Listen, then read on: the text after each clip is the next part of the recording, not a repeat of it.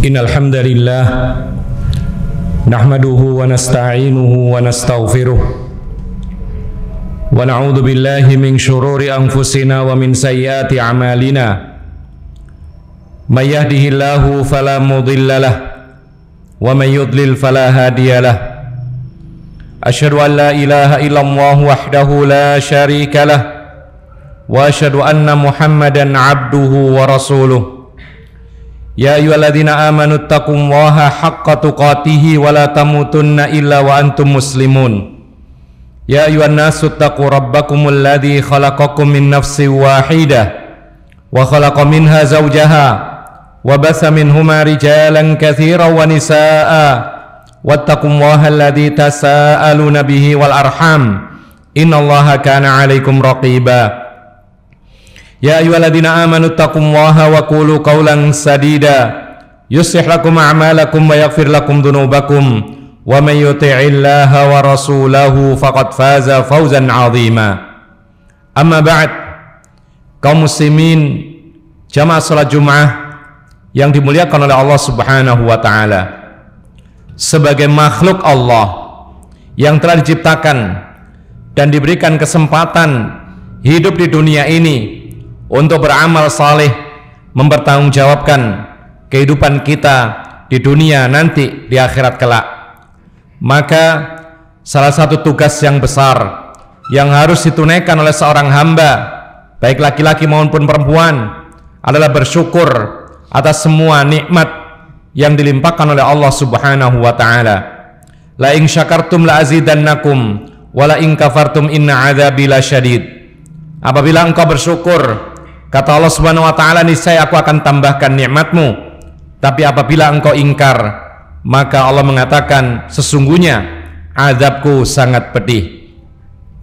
Jamaah salat Jumat yang dimuliakan oleh Allah, nikmat Allah baik berupa dunia, semua fasilitas dan kesempatan yang kita dapati selama kita hidup, maka mensyukurinya adalah menggunakan semua itu untuk mendapatkan ridhonya Allah Subhanahu wa ta'ala. Kemudian nikmat Allah yang berkaitan dengan agama, yang berkaitan dengan iman, maka mensyukurinya adalah tidak lain dengan mempelajari agama Islam ini dan mengamalkannya. Kaum muslimin yang dimuliakan oleh Allah Subhanahu wa taala, mudah-mudahan kita termasuk yang dikategorikan oleh Rasulullah sallallahu alaihi wasallam dalam sabdanya yang mulia, "May yuridillahu bihi khairan yufaqihu fiddin." Siapa yang dikehendaki oleh Allah Subhanahu wa taala mendapatkan kebaikan, maka akan dipahamkan terhadap agamanya. Dan untuk paham agama Islam tidak lain harus mempelajarinya sebagaimana Nabi kita Muhammad sallallahu alaihi wasallam mempelajari agama Islam, para sahabat Nabi, para imam, para ulama, dan semua kaum muslimin dan muslimat. Kalau ingin mendapatkan kebaikan dari agama Islam, maka harus mempelajari agama Islam dengan sebaik-baiknya. Jamaah salat Jumat yang dimuliakan oleh Allah Subhanahu wa taala, di dalam Islam Allah Subhanahu wa taala tidak akan menerima apapun kecuali ketika sesuatu kebaikan itu sesuai dengan apa yang diajarkan petunjuknya oleh Nabi kita Muhammad sallallahu alaihi wasallam. Islam adalah agama yang sudah sempurna. Dikatakan oleh Allah Subhanahu wa taala, "Al-yauma akmaltu lakum dinakum wa atmamtu 'alaikum ni'mati wa raditu lakumul Islam madina." Pada hari ini, yaitu saat terakhir, yaitu sabda atau firman Allah diturunkan, Allah mengatakan, telah aku sempurnakan, yaitu al-yauma akmaltu lakum dinakum, agama buat kalian telah aku sempurnakan, nikmatku telah aku sempurnakan buat kalian, dan aku hanya ridhoi Islam sebagai agama bagi kalian. Ma'asyiral muslimin rahimakumullah. Oleh karena itu salah satu sifat dasar orang-orang yang beriman, bahwa orang-orang yang beriman itu siap untuk berubah kepada sesuatu yang lebih baik. Dalam artian, orang Islam itu tidak segan untuk meninggalkan apa yang ada pada dirinya, apa yang ia amalkan, apa yang ia yakini. Apabila itu salah, apabila itu bertolak belakang dengan apa yang digariskan oleh Allah dan Rasulnya, maka orang yang beriman siap untuk meninggalkannya dan beralih kepada yang lebih baik. Berbeda dengan orang-orang musyrik zaman dahulu dan orang-orang kafir, mereka tetap berpegang teguh dengan kebiasaan mereka, dengan apa yang mereka jumpai dari nenek moyang dan kakek moyang mereka. Itulah yang diceritakan oleh Allah Subhanahu wa taala dalam firman-Nya surat Al-Maidah ayat 104. Allah mengatakan, "Wa idza qila lahum ta'alu ila ma anzalallahu wa ila ar-rasul qalu hasbuna ma wajadna 'alaihi aba'ana."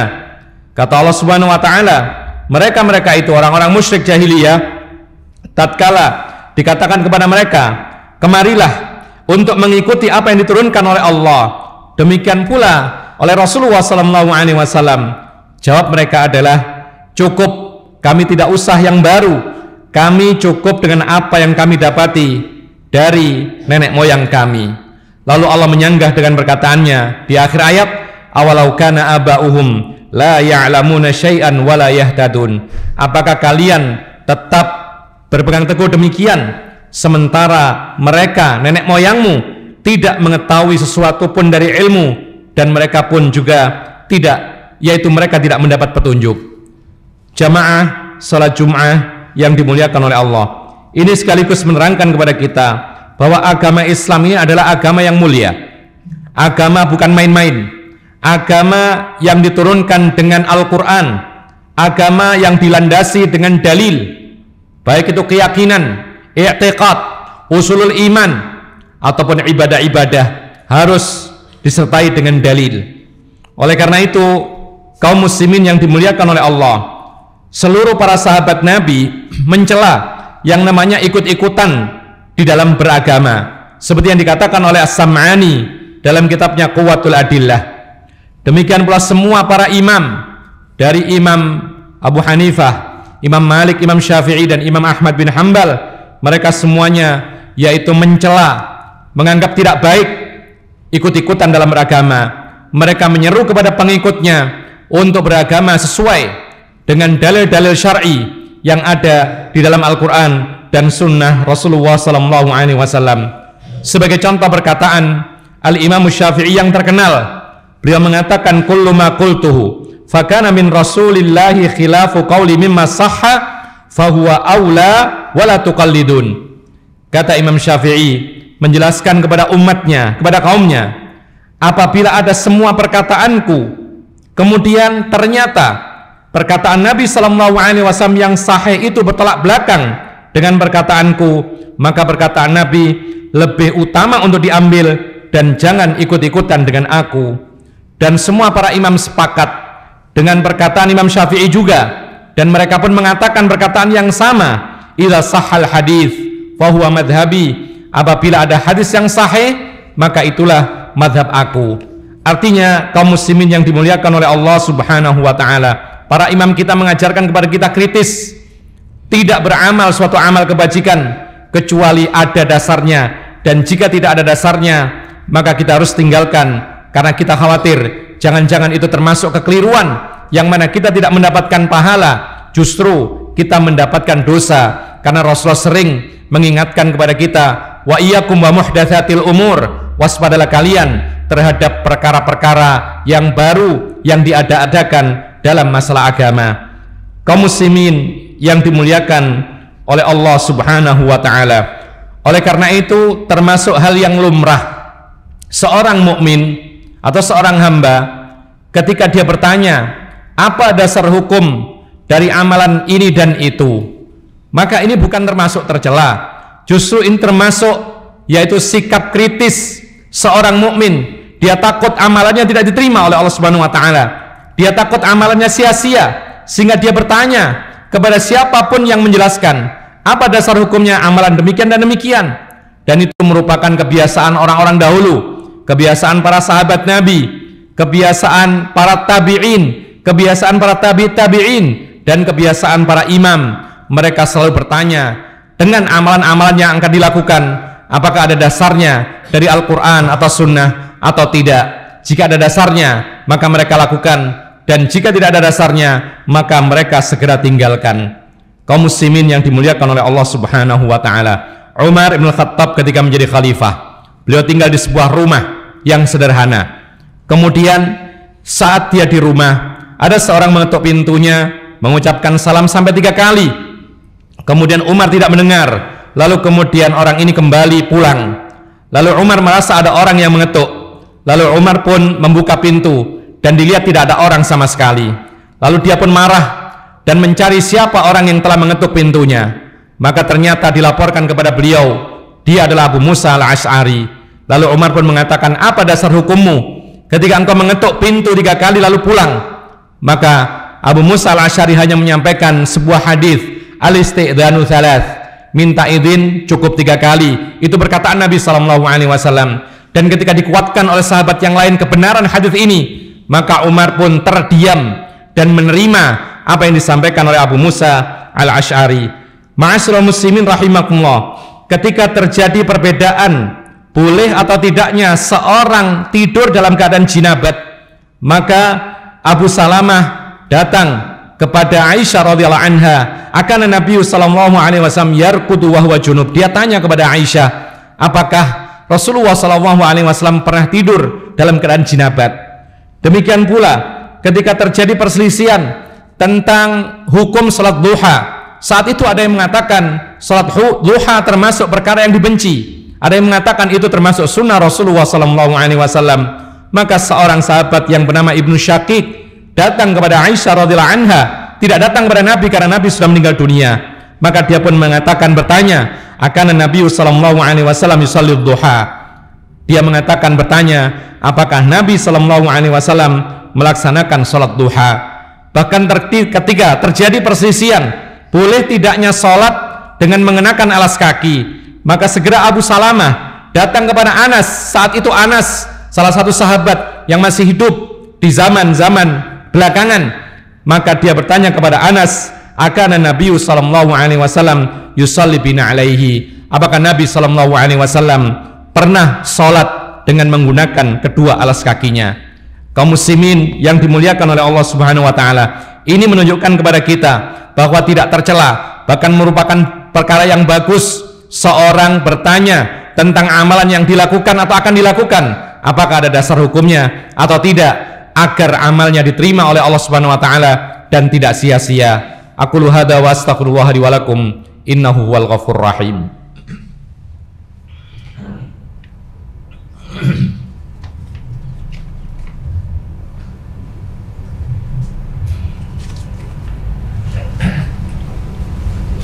Alhamdulillahi hamdan katsiran thayyiban kama amar, wa nusalli wa nusallimu ala nabiyyinal karim, nabiyina Muhammadin wa ala alihi wa sahbihi wa man tabi'ahum bi ihsanin ila yaumiddin wa sallama tasliman katsira. Amma ba'd. Kaum muslimin jamaah salat Jumat yang dimuliakan oleh Allah Subhanahu wa taala. Mungkin ada yang mengatakan tidak baik bertanya dalil kepada juru dakwah. Mungkin ada yang mengatakan tidak sopan bertanya-tanya tentang suatu permasalahan yang telah dijelaskan oleh seorang dai atau guru atau ustadz dan semisalnya. Atau bahkan ada yang mengatakan kalau engkau bertanya tentang permasalahan yang dijelaskan dari agama, maka itu akan membuat keraguan untuk mengamalkan suatu amalan yang sudah berjalan. Maka dijawab oleh para ulama, kalau dikatakan itu tidak sopan, tidak benar, karena ini kebiasaan orang-orang dahulu, para sahabat Nabi. Bahkan Nabi Muhammad sallallahu alaihi wasallam pun ketika menjelaskan agama ditanya lagi oleh para sahabat Nabi. Bahkan Nabi pun pernah diuji oleh malaikat Jibril ketika yaitu menjelaskan tentang hadis iman, Islam dan ihsan. Ma'asyiral muslimin rahimahum, dan itu terus berlanjut sampai hari ini. Kebiasaan penuntut ilmu bertanya dalil kepada siapa saja yang menjelaskan tentang agama. Adapun dikatakan bahwasanya apabila kita bertanya-tanya tentang dalil, maka itu akan membuat ragu tentang amalan-amalan yang sedang atau yang akan dilakukan. Maka dijawab juga oleh para ulama, benar, pertanyaan kepada seorang yang menjelaskan agama tentang suatu amalan itu membuat ragu, benar, tetapi membuat ragu akan amalan-amalan yang tidak ada dasarnya sehingga segera ditinggalkan. dan membuat yakin tentang amalan-amalan yang memang ada dasarnya dari Al-Quran dan Sunnah Rasul, sehingga lebih yakin untuk mengamalkannya. Mudah-mudahan kaum muslimin yang dimuliakan oleh Allah Subhanahu wa taala, kita menjadi orang-orang yang beriman, orang-orang yang berislam, tidak hanya ikut-ikutan, tetapi berusaha untuk mempelajari agama Islam dari dasarnya, sehingga kita mudah-mudahan menjadi apa yang dikatakan oleh Nabi, yaitu orang-orang yang mendapatkan kebaikan dan dimudahkan jalannya menuju surga. Allahumma firil muslimina wal muslimat wal mu'minina wal mu'minat al ahya'i minhum wal amwat. Rabbana hab lana min azwajina wa dhurriyyatina qurrata a'yun waj'alna lil muttaqina imama. Rabbana innana sami'na munadiyan yunadi lil imani an aminu bi rabbikum fa amanna. Rabbana faghfir lana dhunubana wa kaffir 'anna sayyi'atina wa tawaffana ma'al abrar. Rabbana atina fid dunya hasanah wa fil akhirati hasanah wa qina 'adzabannar. Wa sallallahu ala nabiyyina Muhammad wa ala alihi wa sahbihi ajma'in wa akhiru da'wana anil hamdulillahi rabbil alamin wa aqimus shalah.